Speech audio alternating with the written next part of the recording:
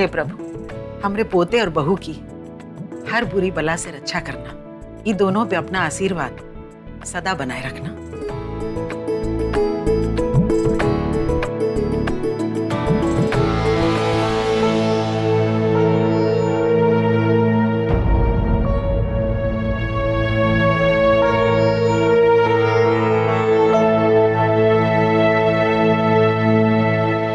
चलो, अब आरती भी हो गई और ये दोनों को भगवान का आशीर्वाद भी मिल गया।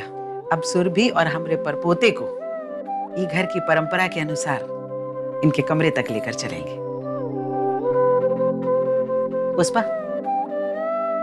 तुम अपने पल्लू से सुरभि के कमरे तक हमरे परपोते का रास्ता बुहारते हुए चलो, ताकि ये घर के वारिस के जीवन में कभी कोनो कठिनाई ना आए, इसके जीवन की राह में कभी कोनो रोड़ा ना अटके, इसका जीवन सदा निष्कंटक रहे।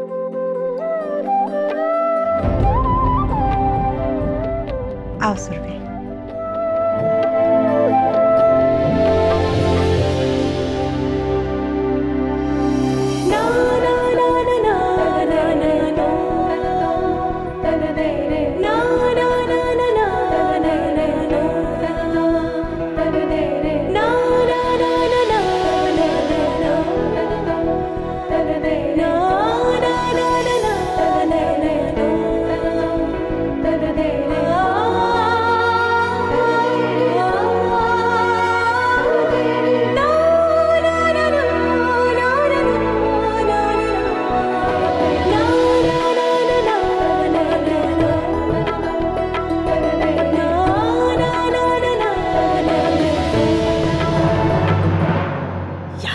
खड़ी छोटकी दुल्हन बउआ को कहा निहारी है।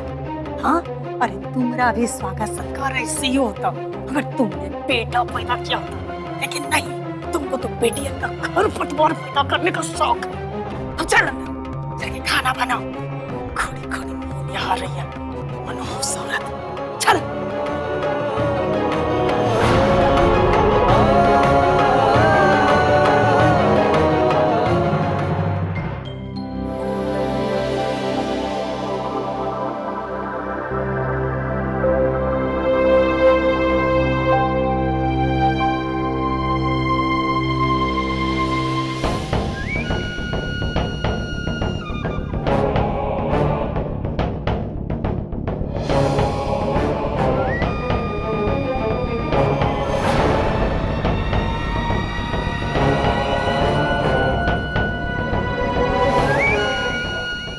क्या तमाशा है सब?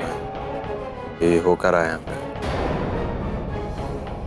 जी वो पापा जी ने ये सामान सुरभि भाभी और उनके बच्चे के लिए मंगवाया है और उन्होंने कहा है कि ये सामान आप वहां लेकर जाएंगे और इसी बहाने बच्चे से भी मिलाए। बाबू तो पागल हो गया है, पागल, दिमाग खराब हो गया उसका। क्या लगता है तुमको कि हम उस सुरभि को माफ कर देंगे? कभी नहीं। भूल जाओ। देखिए सुनिए, आप भी घर के बाकी लोगों की तरफ सुरभि भाभी की गलतियों को माफ कर दीजिए। अगर आप ये चीजें शगुन के तौर पर वहां ले जाएंगे तो भाभी को अच्छा लगेगा और उन्हें खुशी होगी कि आप उनके बच्चे से मिलने आए।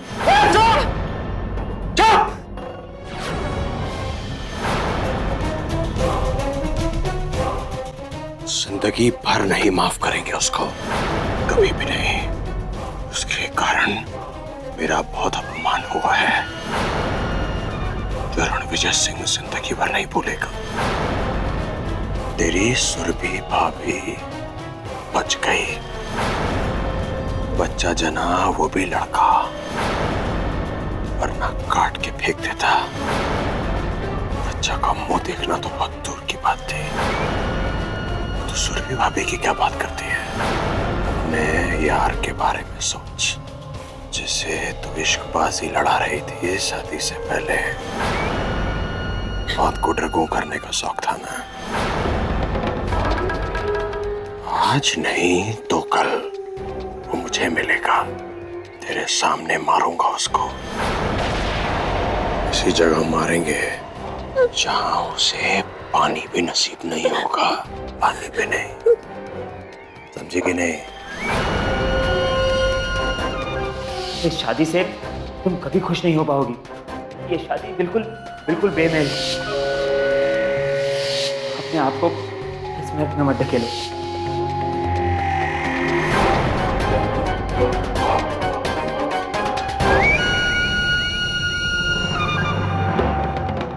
क्या बात है रणविजय, इतना गुस्से में काहे दिख रहे हो? बाप रे बाप, अरे चेहरा तो एकदम लाल हो गया है। अरे सुनो, अरे क्या बात हो गई? क्या हुआ? इतना नाराज काहे हो?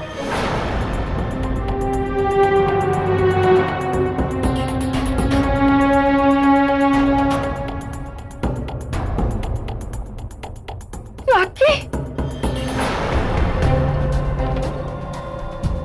हमारा बेटा आ गया।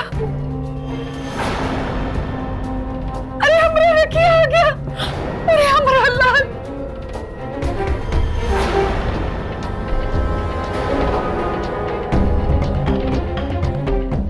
राखी, अपनी माँ के गले लग जा बेटा।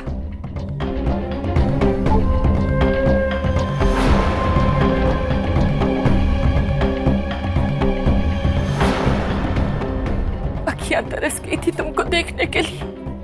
आज तुमको देखकर इतनी खुशी हो रही है, इतनी खुशी हो रही है कि हमको ऐसे लग रहा है जैसे हमारी आंखों की जोत वापस आ गई। काहे चला गया था रे हमको छोड़कर? हाँ, हमें तो ऐसे लगा जैसे हमारी जान ही निकल गई हो। गांव जाकर ना कोई चिट्ठी, ना कोई पत्री, माँ की याद नहीं आती थी तुम्हें? वापस आने का नाम ही नहीं ले रहा था। काहे नहीं वापस आया? हाँ?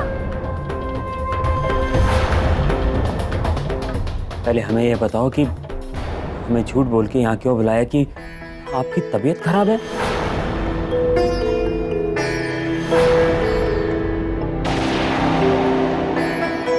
क्यों हमें टेलीग्राम किया था ऐसा? तो क्या करते?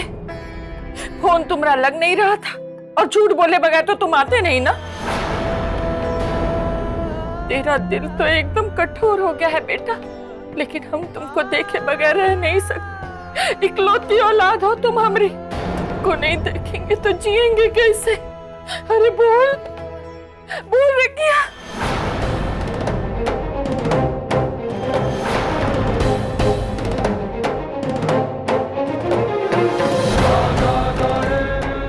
खा हमारी कसम कि अब हमको अकेले छोड़कर कभी नहीं जाएगा, हमारी नजरों से कभी दूर नहीं होगा। खा हमारी कसम।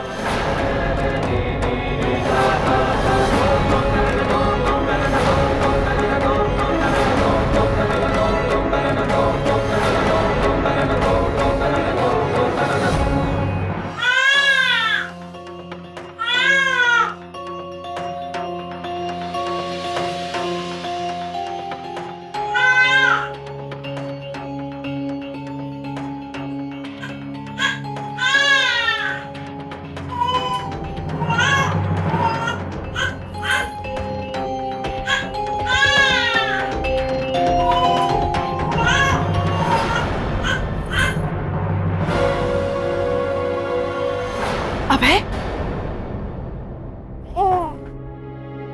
अभय, बच्चा रो रहा है।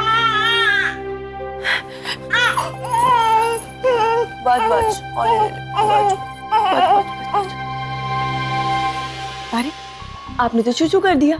कोई नहीं, अभी हम बच्चे के अपने कपड़े चेंज करवा देते हैं।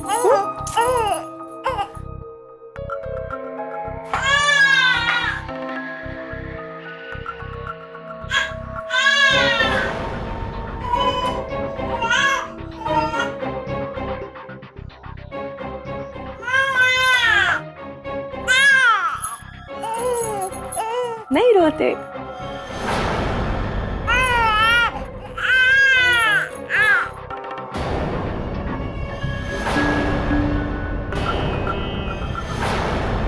अब क्या है ये?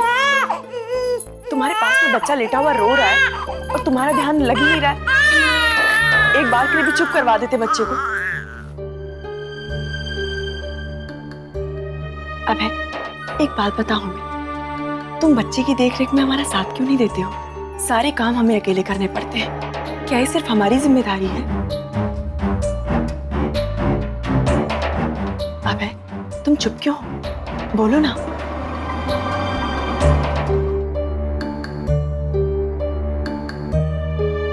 बच बच बच। अब है, अब तुम ये मत भूलो कि तुम एक बच्चे के बाप बन गए हो। अब तुम्हें एक पति के अलावा एक पिता होने की भी जिम्मेदारी निभानी होगी। वैसे हम ये कह सकते हैं कि तुम एक आदर्श पति हो। अब तुम्हें एक आदर्श पिता बन के दिखाना होगा और इसकी शुरुआत तुम्हें इन्हीं छोटे छोटे कामों से करनी होगी। तो आ जाओ, हमारी मदद करो। अबे, क्या हुआ तुम्हें? आओ ना, हमारी मदद करो, है ना? सुरभि, अरे क्या हुआ? बच्चा इतना रो कह रहा है?